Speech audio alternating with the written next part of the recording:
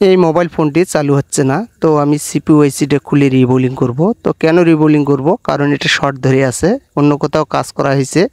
এই আইসিটা হিট দিয়েছিল, হিট দেওয়ার কারণে বলগুলো একত্রিত হয়েছিল, শর্ট ধরেছিল। তো আমি এই আইসিটা খুলে রিবোলিং করে দেখব চালু হয় কি না। এরপরেও যদি চালু না হয় সেক্ষেত্রে আমি আইসিটা পরিবর্তন করে দেব। এই যে দেখতে পারতেছেন আমি এখানে পেশ লাগিয়ে নিচ্ছি, নেওয়ার পরে আইসিটা রিবোলিং করব। যে পেশ লাগা হয়ে গেল। তো এখন আমি এর উপর দিয়ে হিট দিতে হবে। এই যে দেখতে পারতেছেন প্রত্যেকটা বল উঠে যাচ্ছে বা নতুন করে বল হচ্ছে এখানে।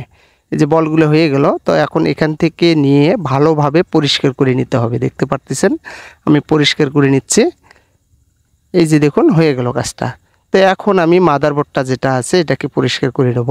এই যে মাদারবোর্ডটা পরিষ্কার করার সময় খেয়াল রাখতে হবে যে আশেপাশে যে কম্পোনেন্টগুলো আছে এগুলো যেন উঠে না যায়, নইলে আবার সেটটা চালু হলেও দেখবেন যে হয়তো বা রিঙ্গার বাজবে না, বা মাইক্রোফোনের প্রবলেম থাকবে, বা নেটওয়ার্কের প্রবলেম থাকবে। এই দিকে খেয়াল রাখতে হবে।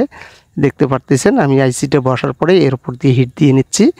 তো হিট দিয়ে নিলাম, আইসিটা আমার বসা হয়ে গেল। এখন ঠান্ডা করার পরে পরিষ্কার করে নিতে হবে। পরিষ্কার করার পরে এখন আমি পাওয়ার সাপ্লাই দিয়ে লাগিয়ে দেখব সেটটা চালু হয় কিনা। দেখতে পারতেছেন এখন আমি চালু করব, চালু করে দেখব। এই যে দেখুন চালু হয়ে গেল, উঠে গেছে। এই যে দেখুন কাজটা হয়ে গেছে।